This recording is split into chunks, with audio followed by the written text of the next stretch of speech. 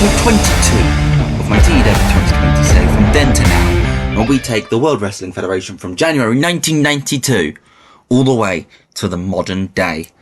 If you're looking forward to this, make sure you hit that thumbs up button and subscribe to make sure you're notified whenever there's a new episode coming out. And today we've got week 3 of May, the episode of Superstars. We're in the midway point. We've done 2 Superstars since the last main event. We've got 2 more Superstars left. Pretty fun. I'm excited. Last week we had a fun, stacked show. We announced Kama Mufasa is going to be debuting in a couple of weeks. Well, next week now. We had the Samoan Dynasty coming together. Yokozuna defeated Max Moon. The Legion of Doom made their return. JJ Dillon reunited with the Horsemen. Shawn Michaels defeated the Mountie, which led to the debut of Oullett as the latest member of the Hart family. And today's show is pretty stacked as well.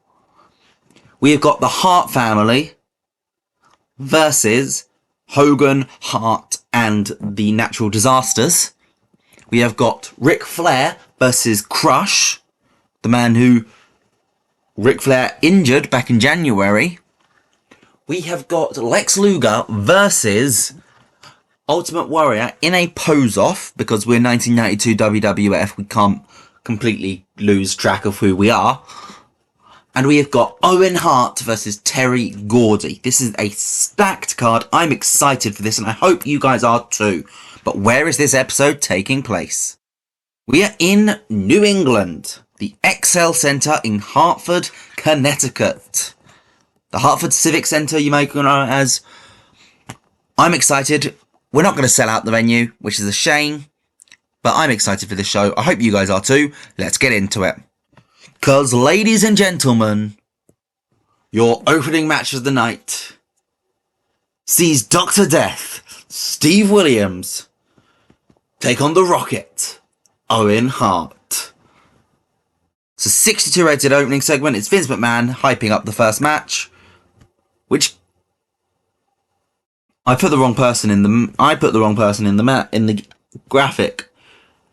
No, I put the right person in the match. I put the wrong person in the pre-match segment. Terry Gordy picks up the win with a powerbomb after sustaining a broken wrist. They have great chemistry together, which is great news. 58 for Owen, a 69 for Gordy. Hoping that broken wrist doesn't get too much. Obviously, it's disrupted by injury. Didn't affect him massively, though, which I'm happy.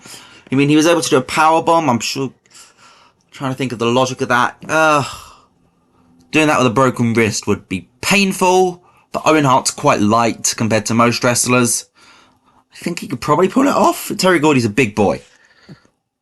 But, yeah, so a powerbomb from Gordy. Thank you, Buddy Landau. And after the match, High Voltage and Violence Connection have a face-off. Well, next week, we're getting Koko Beware versus Steve Williams. Honestly, next week's show is pretty stacked. Like, actually, main event level stacked. 57 rating. So, Sergeant Slaughter and Gene Okerlund come out to the ring. And I'm going to do a jump cut here to this Excel spreadsheet, where you'll see in front of you all of the points being counted from the boot camp. Okerlund and Slaughter chat to the crowd. I mean, technically this is the first time Slaughter's been in the arena since the announcement after the night after WrestleMania. And so he announces the current leader with 5 points in both rounds, Chris Kanyon.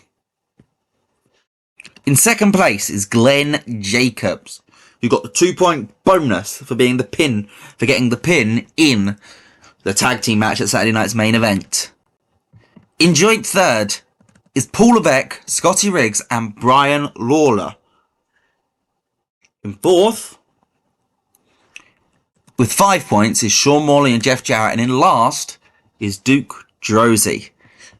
So, the bottom 2 will be going into the elimination match. However, as you may notice, there are 2 people who are tied for that second to bottom spot. we're not going to have a triple threat match. What we're going to have is a last chance match.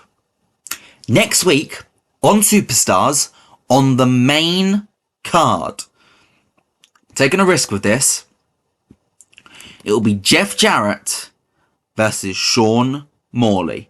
The loser of that match will face Duke Droese at Saturday night's main event. And the loser of that match is eliminated from Sergeant Slaughter's boot camp. As we jump back into the game, it's an 81 segment, great stuff from Oakland and Slaughter. They are great promos in this, and they really do help the guys. It does help all these maggots being in these massive rated segments. We get the Smoking Guns promo, and they've announced the change. They are bringing in Reverend Slick to assist them. It's a 43 rated, it's a quick promo, and they're going straight into a match. And the match gets a 42, and Billy Gunn and Reverend Slick don't work together. Great, of course they don't. I tried something to try and help the Smoking Guns, and they do pick up a win here when they roll up Fatu of the Head Shrinkers. It was an abysmal match, apparently. It goes just under 7 minutes. Gets a 42 rating. 32 for Bart, 29 for Billy. Bart was off his game. Slick didn't help. Did some good work, so he helped Bart. He didn't help Billy. Is there a way we could pull this out? Not sure. Let's see what we could do. Back to the drawing board with this tag team then.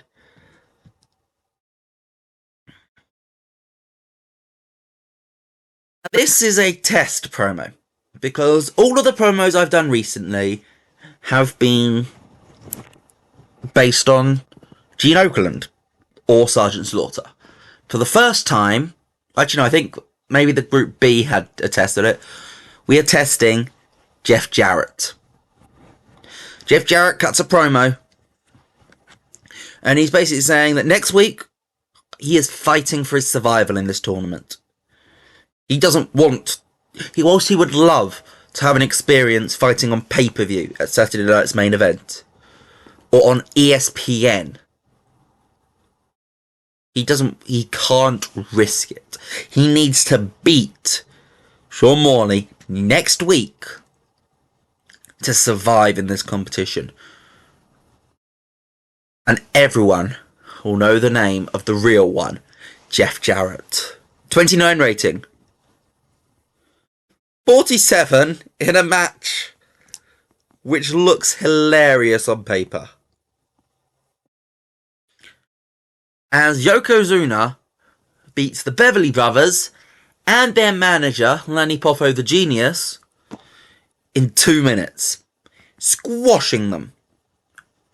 Yokozuna picks up the win when he pins the Genius with the banzai drop. Let me think if I can picture this match. So we are talking clothesline straight away to the Beverly brothers. They roll out to the outside, leaving the Genius cowering in the corner. Essentially a stinger splash into the corner, maybe less jump to it because it's Yokozuna, big boy. Genius falls out and just lands with his head on Yokozuna's chest, similar to Johnny Gargano and Aleister Black. Yokozuna picks him up, Samoan drop, hits him with the splash, the banzai drop. 1, 2, 3, Yokozuna wins. Gets a 47. The Genius was actually the best person in this match, which is pretty good actually. And after the match, John Nord joins in and they just keep beating them up. And Mr. Fuji comes out with a stretcher. And they take the Genius and they stretcher him away.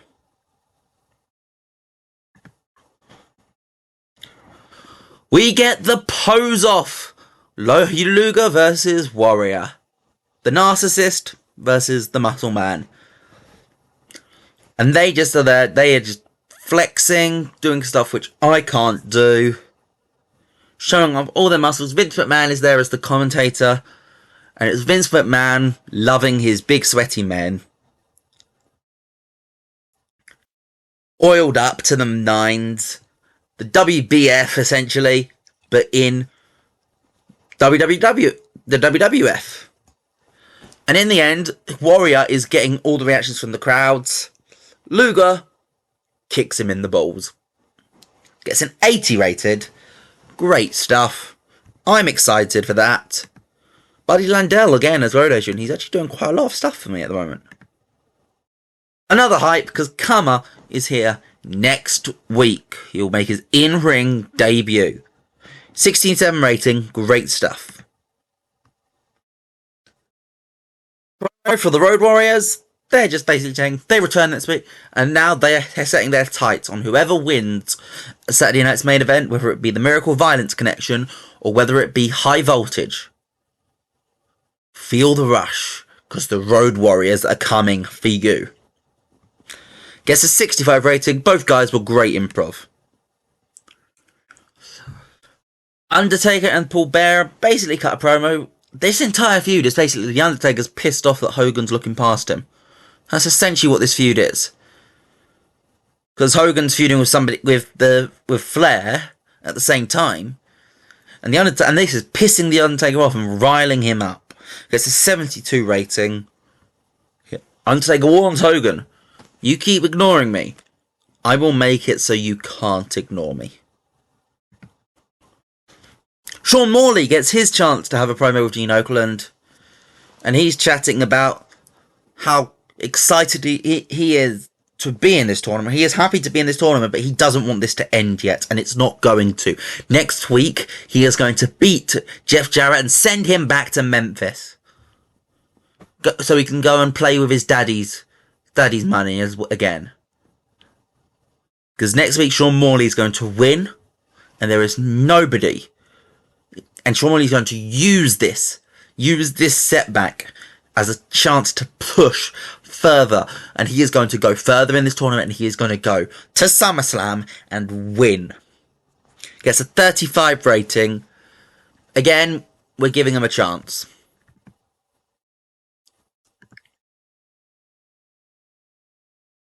Shawn Michaels, quick victory over Barry Horowitz. Hits teardrop suplex. Elbow drop apparently is the actual move which he uses to win, not a super kick. Pretty cool. I'll take that. It shows you just how high Shawn Michaels is at this point. He's a major star in the company. I think this storyline with first Piper and now the Horseman has been great for him. He does feel like a legitimate top guy. We then get another Iron Sheik random beatdown backstage. This time it's legend Chief Jay Strongbow. Do I know what the end goal for this is? No. Is it fun to have Iron Sheik on TV every week? Yeah. We then get a sit-down interview with Sean Mooney. Not Sean Morley, Sean Mooney. Honestly, the amount of times I've accidentally typed in Sean Mooney into some of these boot camp segments and had to go back and correct it. It's hilarious. But he's sitting down with the $1 Million Man, Ted DiBiase, who we haven't seen in quite a while. Since he lost the tag team titles when he was injured and it got accidentally put onto the Hart Foundation. And Ted DiBiase is basically talking about how he's got the best doctors money can buy and his recovery is going well. And eventually he will be back. And whether he ends up teaming with IRS again, he doesn't know. IRS is busy doing his own thing. Ted DiBiase might come back and do his own thing himself. But eventually Ted DiBiase will be back. And the $1 Million Man has a target on everyone. 100 rating. Great promo. And we get a second amazing promo. And it's essentially a video package narrated by Bobby Heenan. And it's them chatting through the Hogan and Flair feud that's happened since Flair pretty much turned up. Flair turned up in the World Wrestling Federation claiming to be the real world champion, with myself at his side at the time. Hogan, who was the WWF champion at the time, took umbrage to this, even more so when, at his title defense this Tuesday in Texas, Ric Flair helped the Undertaker beat Hulk Hogan with a steel chair. Now, this kerfuffle led to the title being vacated, and much to Hogan's chagrin, at the 1992 Royal Rumble, it was Ric Flair who became the undisputed world champion, which pissed Hogan off, and Hogan got his revenge, beating Ric Flair in the main event of WrestleMania 8, leading to Ric Flair calling on a trick from his past, bringing in the Horsemen. The fourth man hasn't been revealed yet, but anyone who knows their wrestling history knows that one is coming. Hogan himself called out to a few friends, with Bret Hart, the Ultimate Warrior, and last week Crush assisting the Hulkster, all with vendettas against Flair and his lackeys. Well, lackeys is a harsh word. They're pretty equal. And this is all leading up to the Saturday night's main event, where Hogan will team up with Hart and the Ultimate Warrior in a 6-man tag against Flair, Luga, and Michaels. It's a 100 rated segment. Honestly, it's nice to sometimes put these sort of segments in, fill a bit of time, and just gives me a chance to actually go back and recap these massive stories that we tell. Because, Hogan and Flair have essentially been feuding since day dot of this save. Gene Oakland chats to the safe maggots in their boot camp room. And they're all chatting about how this is what they need to go on and win the tournament. Canyon's all mocking the others because now he knows that he's top of the league table. Despite Block A getting the bonus points, he is still top of the table. Gets an 81 rating, gains heat on the storyline. Good stuff. JJ Dillon and Ric Flair cut a quick pre-match promo, gets a 72, as they're getting ready to take on Crush. They're talking about how their match back in January, and how Ric Flair will injure Crush and put him back on the shelf again today. And he gets an 80 rated match. They have great chemistry, which I'd forgotten. No. Flair gets a 95.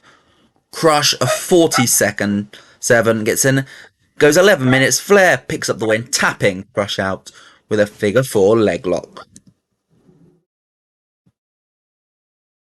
Jimmy Hart with the Hart family here, get ready for the main event. And he said last week, he said to the Natural Disasters, the Hart family was going to get stronger. And he wanted them to be with him. It's a shame that they're not. But Oullett, as a Quebecer, with the Mountie, will be exactly what the Hart family needs.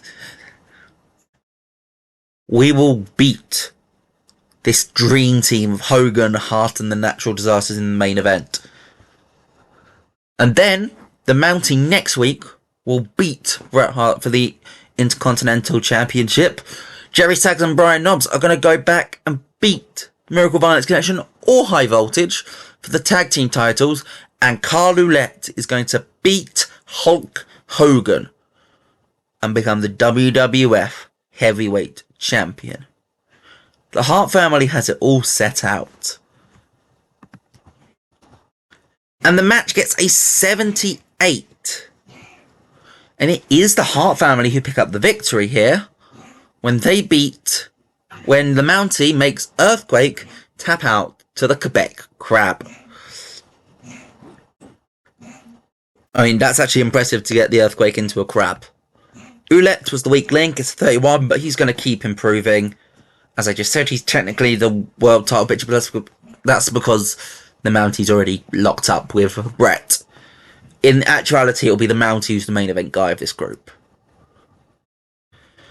But yeah, the faction works better than the 2 tag teams put together. Who would have thought? A 78, though, is pretty good stuff. Mountie's hot new move, but it gives him a boost. Carl Ouellet's gimmick is awful, apparently. Great. And Bret Hart gets a 94. Knowing what my plan is for the next couple of matches for Hart, I am so excited to see what rating we can get. Because, you know, his matches at WrestleMania and the last Saturday Night Main Event are the best 2 matches of this save. Who knows what he can do when we put him up against an actual world-class opponent. Overall, the show gets a 85. I'm actually really impressed with that. Especially considering we had Jarrett and Shawn Moley giving promos on this card. And next week, we have got Bret Hart versus the Mountie for the IC title in the main event. The debut of Kama Mufasa. Jeff Jarrett versus Shawn Moley in the last chance match. Plus, so much more. I am excited. We've got Dr. Death Steve Williams versus Coco Beware. I'd forgotten about that one. There is so much more.